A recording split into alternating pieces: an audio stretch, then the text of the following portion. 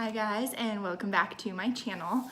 So I just wanted to do a story time, tell you guys my birth story and how everything happened. 2 weeks before my daughter was due, I was having a lot of contractions, just on and off, like Braxton Hicks types contractions.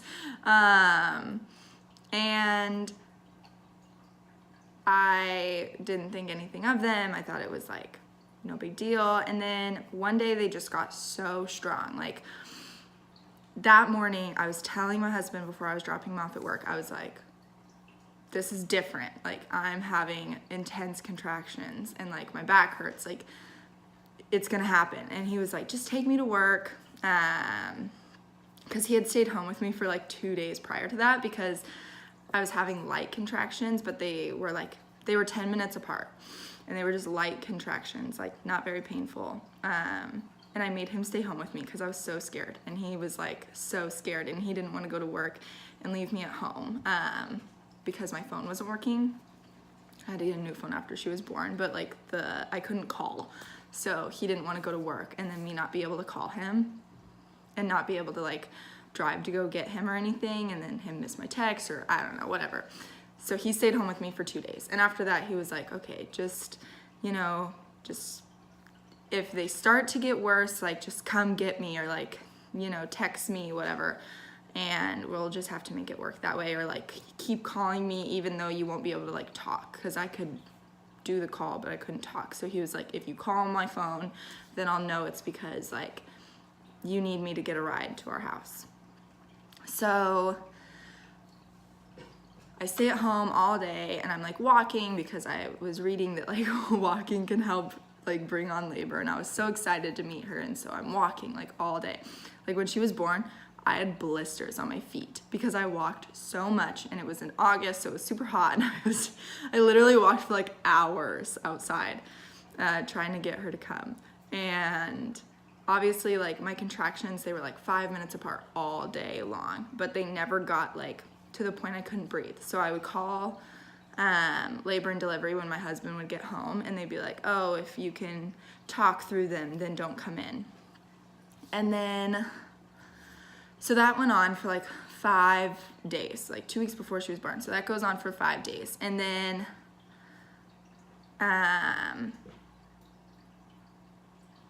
August 8th, I think, like a week before she was born, I lose my mucus plug, which is like, it's super gross, but I lose that. And like everyone had told me that like that would happen, but you don't realize like it was so gross. And I tell my husband, I was like, come look at this, like tell me. And he was like, gross, I want to look at that.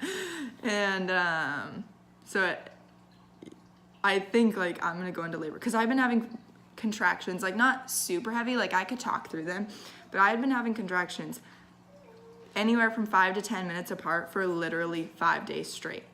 And then I lose my mucus plug, and we go into the hospital, and they're like, yeah, like you're 1 centimeter dilated, but it looks like your uterus is just aggravated, like whatever that means. So they were like, we don't think that you're in labor, we just think that your baby is in a position that like your uterus doesn't like or something, and so it's just contracting because it's trying to get your baby to move. Because she was like on one side, like she was like curled up on my right side. And so we spent 4 hours, and then they send us home. And then I have contractions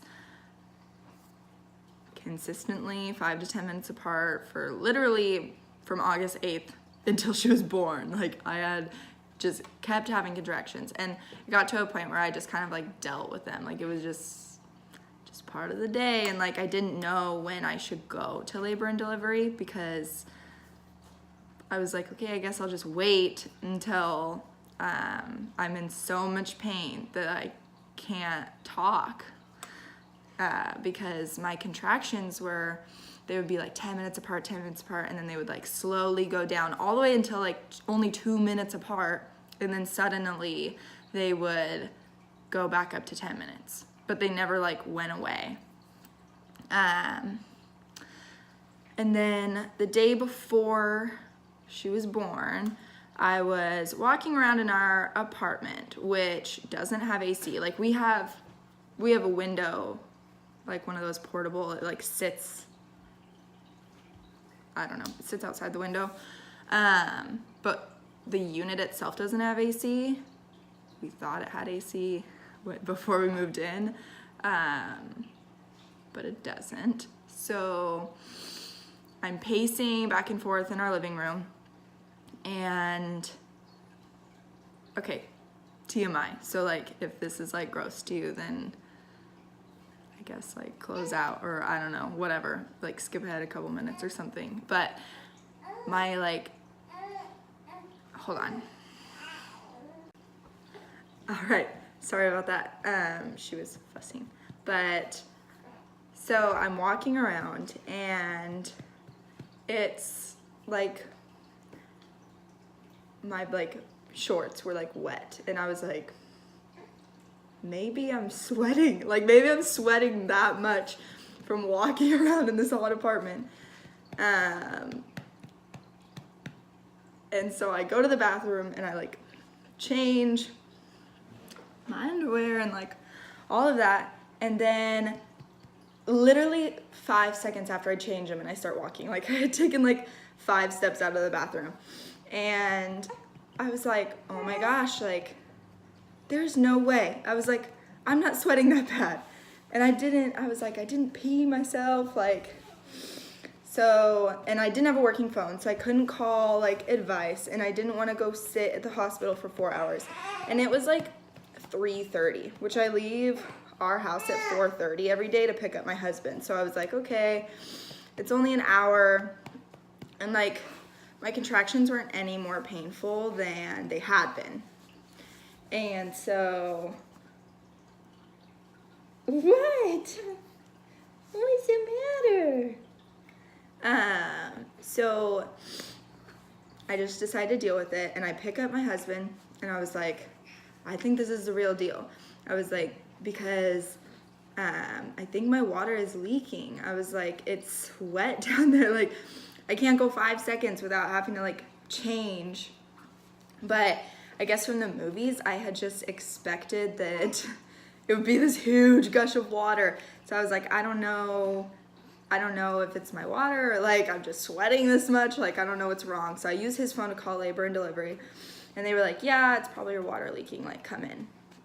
So last time we had gone to the hospital, me and my husband went before we ate dinner, and then they make you stay for like so many hours to like monitor you if you're checking in for that. And so I was like, I don't want to check in and then be like so hungry, and like my husband was hungry, and then we're both hangry and like mad at each other and just want to leave, and they won't let you leave, or like it's against their like whatever if you leave, and then your insurance might not cover it or whatever. So we were like, let's just get dinner before, because my contractions had been that bad, you know. And while we're eating, we went to teriyaki, and like while we're eating, I'm like breathing through these contractions, like they. Okay guys, so really quick funny story. After Abby was born, we took her to that teriyaki place, and the ladies that worked there remembered me, and they were like, weren't you super pregnant the last time you were here? And I could have sworn you were in labor. Anyways, it was just kind of funny. Started getting more intense, and so we finish eating.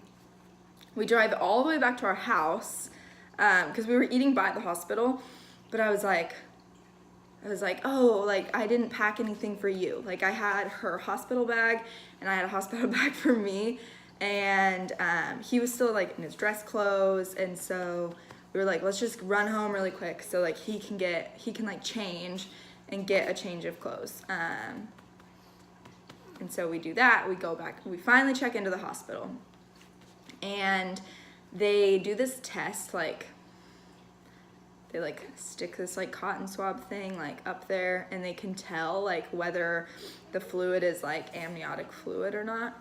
And so they tested it and they were like, you're having a baby, like your water broke. And we were just so excited because we gave everyone a false alarm the first time we went to the hospital. And we were like, woo, we're having a baby. And they check me. So they don't like to check you, like how far you're dilated a lot if your water is broken, because it can introduce like bacteria. So they were like, we're just gonna check you one time, and then we're not gonna check you again like for a long time. Unless like things are like really happening. And so they check me and they're like, oh, you're still 1 centimeter dilated. Like you haven't dilated at all. And by the time we got to the hospital, it was 7:30. So I had spent 4 hours since my water had broken and nothing had happened. And they were like, okay, like we're gonna let you keep laboring for another like few hours. And so at 10:30, they come back in and they were like, okay, we're gonna check you one more time to see if you've progressed. And I hadn't, I was still a 1 at 10:30. And so at that point in time, they were like, we're gonna start Pitocin to increase your contractions. And then her heartbeat was, they were like, I don't know. They said that she seemed distressed. And I think it's because they had this, so I was trying to like walk around and like move, like I didn't want to use pain medicine at first. And when I was moving around, the heart monitor kept coming like disconnected. There was like a faulty wire or something. And so I don't think that she was actually in distress. I think it was like the monitor, but they needed to verify that it was the monitor and not her before they could give me Pitocin. That all clears up. So at midnight, they give me Pitocin. And I just dealt with the contractions, breathed through them until like 4 in the morning. And then I started to get nauseous. And if you know me in real life, I'm like deathly afraid of throwing up. Like that's such an irrational fear. Like obviously no one likes throwing up, like throwing up sucks, but like I'm literally like deathly scared of it. Like if I throw up, I literally cry. Like it's the worst thing in the world to me. I don't know why. Like when she like spits up and everything, like it doesn't even bother me. It doesn't faze me. But if myself, like if I throw up, it's the worst thing in the world. Like I hate it. And so I was getting nauseous and I was like, oh no, like I can't throw up. Like I would rather have pain medicine than like throw up. And so I have them, at first I just tried nausea medicine and it wasn't helping. Like I was in so much pain. And I guess labor also can make you nauseous. And so they offered, before an epidural, they were like, you can try the nitrous gas, which is like laughing gas you get at the dentist, which never had a cavity. So I didn't know like what laughing gas was. Like I didn't know like how it felt. And, or you can have fentanyl, which is like just a painkiller. And my mother-in-law was in the room with us and she was like, oh, fentanyl makes me so nauseous. Hi, baby. Hi. It's okay. Look at your messy hair. You always got messy hair for the camera. And I was like, oh, that's the last thing I want to take is something that's gonna make me more nauseous. Even though obviously medicine affects everyone differently. But so I decided not to do that and to do the laughing gas. And they hand me this mask, like they get it all set up, they hand me this mask, and you're supposed to like, when you're like having a contraction and you're breathing in for your contraction, like trying to breathe through your contraction, you're supposed to like breathe in this mask, like breathe in the nitrous gas or whatever. And as I'm breathing it in, first off, the air, like it's hard to suck out of the mask, so you can't like breathe like you would normally breathe. Like it's like hard to breathe this in. And then it makes you so lightheaded, like I just remember like breathing in, and then I was like shoving the mask back at the nurse. I was like, take it back, like I don't want it. And she was like, are you sure you don't want it? She kept trying to push it towards me, and I like shove it, and I was like, no, like take it back, like I don't want it anymore. It's not helping, like it's making everything worse.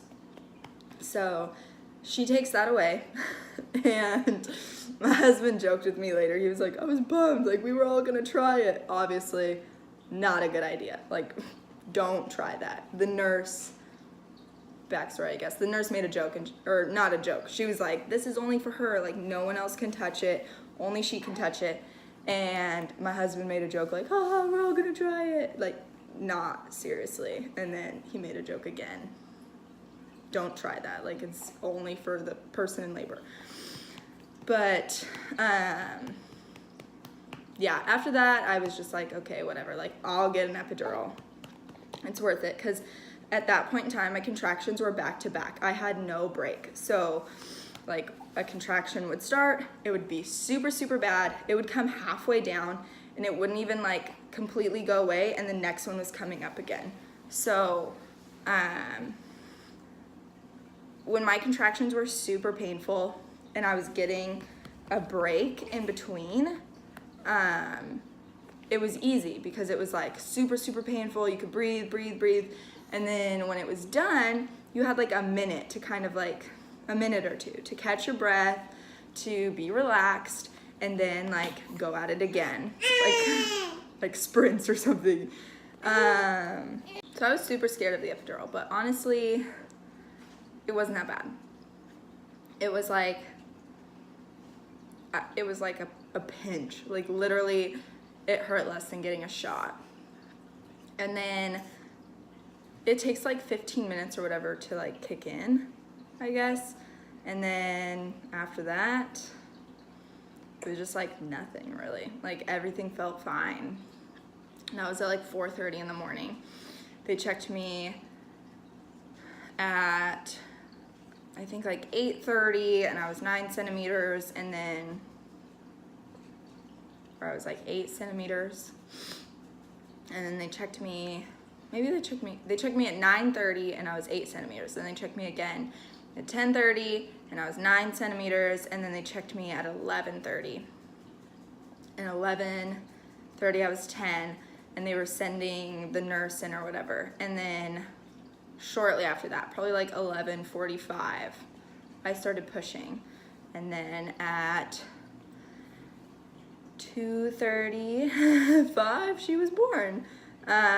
It was kind of scary because she was a big baby, so she was 9 pounds, and she got stuck at the very end. So my husband has a video of it, which is gross. Like, it not gross, but it's like gruesome. Like, I would never show that to like anybody, but she got stuck, and I didn't know. Like, my epidural wore off an hour into me pushing. Like, I pushed for an hour, and then after that I could feel everything, and it was super painful. But when you're pushing, it's like you can't feel the pain.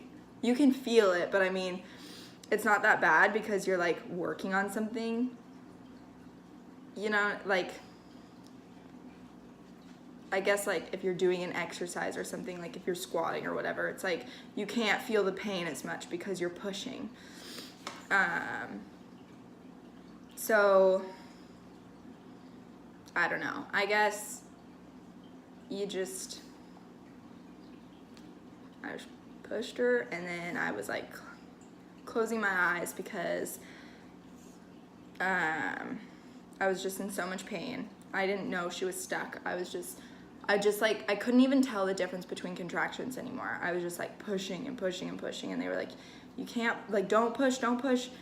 And it's just like when they're like, her head was like halfway out, and it's like hard not to push. Like, it's like super gross, but like if you were taking a poop and the poop was halfway out, like you can't not push. Like, it feels like you can't stop pushing because it's like there.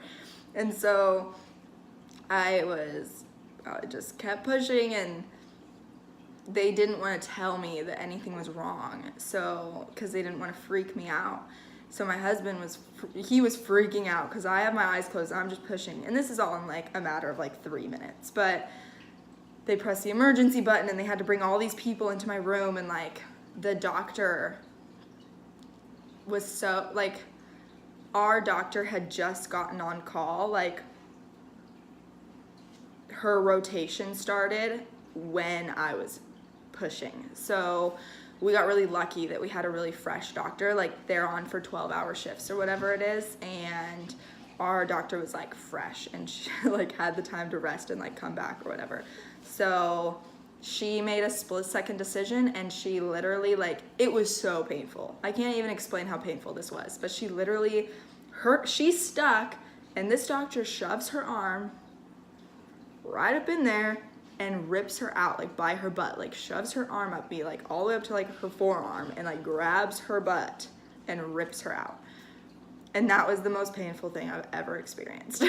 But, yeah, so then she was here, and she was healthy and breathing, and everything was good. So that is my birth story. Thank you guys for watching, and I hope you like the video and subscribe, and I'll see you next time.